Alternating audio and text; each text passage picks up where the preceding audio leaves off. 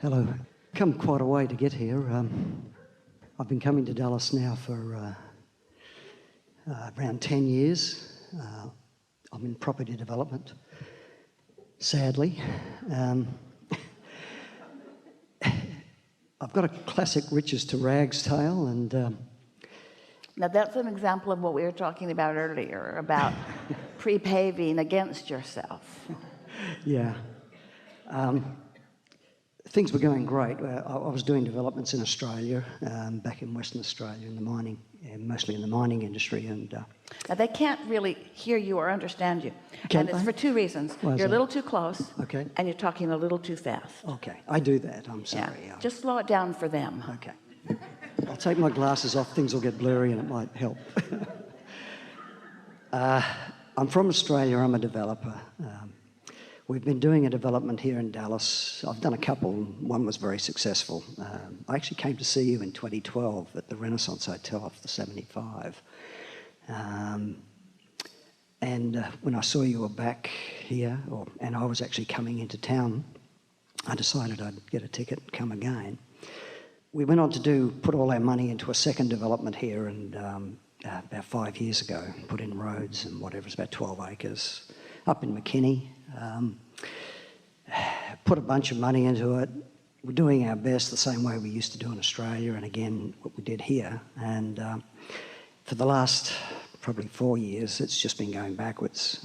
Sales have been slow. We've been doing everything we can, ploughing money into it. Things have been quiet in Australia as well. Well, you're doing everything that you can that most humans think is everything that you can, but have you harnessed the power of the vortex? We've been working Because on the that, segment so- intending that you're doing right now is in response to how it's going. So it's like getting out your notebook and writing, I feel things aren't going well. And it feels like things have not been going well for quite a long time. I'm feeling financially bound because we've put a bunch of money into it that seems to be futile. We're not making fun of you. We are acknowledging that these statements that we're reflecting back only reflect the way you feel, and you're a key component in this.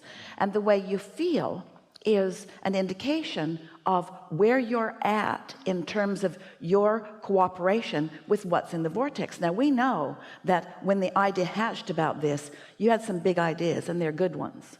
And we know that cooperative components came around, but then you and others, mostly from the influence of others, but you began letting the current set of circumstances be the reason that your thoughts flow the way they do.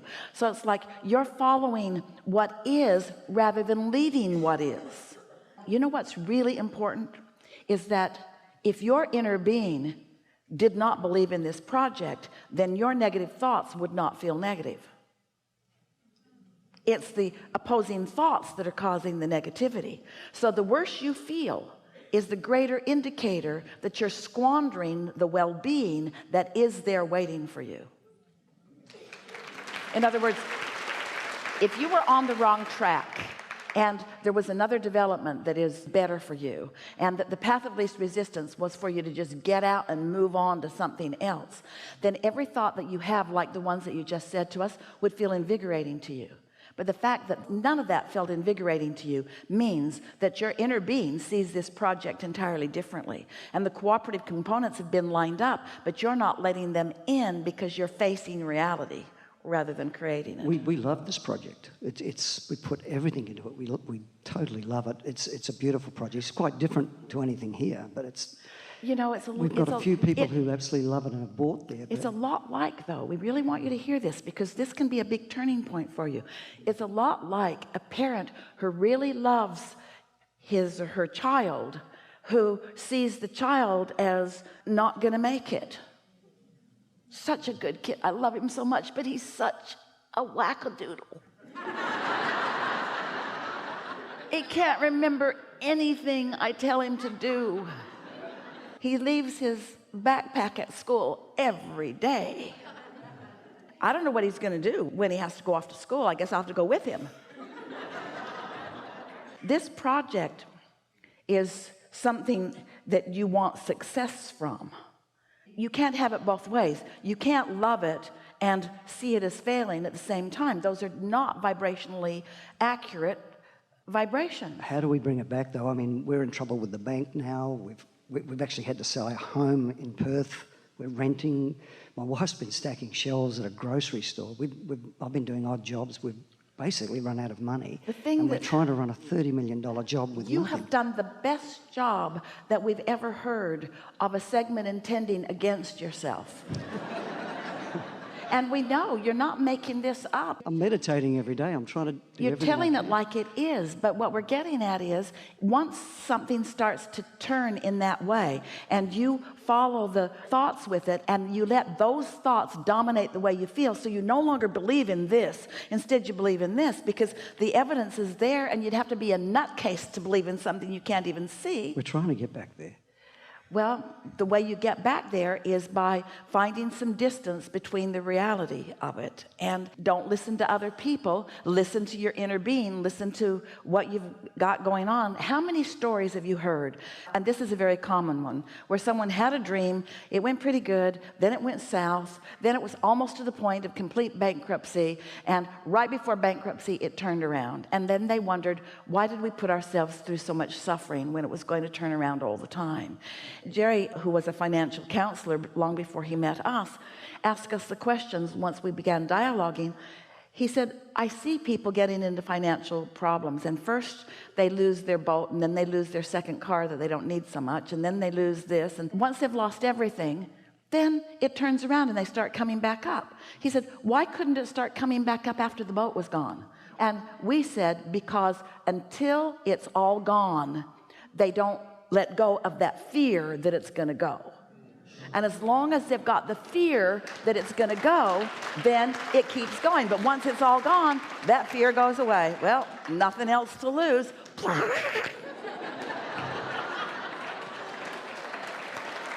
So you get to decide.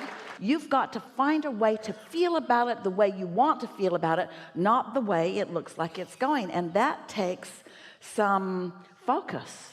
You know what it really takes? It takes getting off the subject, because you've practiced that subject so well, and it's understandable why you would, that subject is unchangeable right now. Yeah. That's not unchangeable, I don't. Oh, the outcome isn't unchangeable, but the way you feel about it right now, that's the way we began today. A belief is a belief that you continue to think, and you've got that belief pretty well entrenched, and you keep talking back and forth about it, and so you keep that belief active. A belief is just a thought that you keep active. But here's the thing. Imagine a pile of sticks, and each stick is a different subject. There's this Dallas project, and there's what else? There's children. I've got grown-up children. I've got grandchildren. What other subjects might be in your pile? There's coming to an Abraham seminar. What other sticks might be in your pile? Yeah, I meditate. I do yoga. My wife. One joy that's come out of this, even though we don't want a long story here. Okay. My wife and I are really strong. We're actually stronger than we ever were after going through this. We don't want to hear that either, because we know all of that, but that's irrelevant right now, because that's not what's active in your vibration. So what else is in my vibration? So what other sticks might be in the pile? There's grandkids. Grandkids, what else? Music. I'm a musician. So now we've got some sticks in the pile. So now each stick, on one of it is wanted, and on the other end of it is lack of what is wanted. And you have a different vibrational relationship with each of these sticks. And the stick called this project right now, every time you pick it up, even though you want to think about it in success, you don't. So don't pick that stick up for a while. Instead, pick up some stick that it's easy to feel in alignment about. And do you know what happens? When you pick up any stick, there could be 100 sticks, and most of them you don't feel that good about. But when you pick up the one or two that you do feel good about, by bringing it to mind, and you focus on it in the way that you naturally do, where your beliefs are, all the other sticks are affected by the resonance that you found with that one subject. If you can, for some time every day, we're not telling you to abandon your project. We're just telling you to get other subjects active in yourself, to give yourself some vibrational leverage, so to speak. Also, do you meditate? I do, yeah, every morning. Describe to us just a little bit what that process is for you. At the moment, it's really difficult because then we don't want to hear about it's it. It's a 24/7. So here's what we mean by meditation. So Yep. we mean 20 minutes. Esther often gets up especially early so that she can get that in no matter what. Her pickup for her flight yesterday was 4 a.m.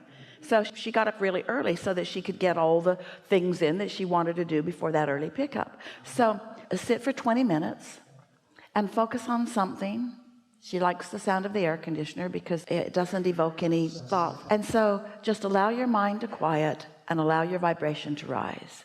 And as your vibration rises, you become a vibrational match for the time of that raised vibration with the success of this project and all other things that you've put into your vortex. You become, for that period of time, a cooperative component to everything else there. And in that 20 minutes of meditation, you might only accomplish that alignment in the last 2 or 3 minutes of it. But even then, that brief amount of time in complete concert with your inner being who is experiencing the awesome power of non-resistant thought, as you feel the relief of that, you've done more work than you could do if you spent 24/7 on this project. We're not kidding you. We want you to utilize the leverage of this. It's big time leverage. It's leverage that is indescribable in terms of your physical physics. Humans don't even understand the leverage of this. You all had a good laugh over Esther's yeehaw, but that was not a coincidence, and it was not an accident. It was source energy in on something fun and cooperative components playing along with it. Do you see what we're getting at? Esther was the first cooperative component, and the man on the airplane was the second one, just for the thrill of giving Esther a little rush in the moment, just for her remembering that we're all in this together and that there are cooperative components everywhere. You don't think that source energy is all over this project with you? You don't think that all of the thoughts that you've put into it are active and that there isn't a huge amount of non-physical consciousness working on that, aware of that, you see?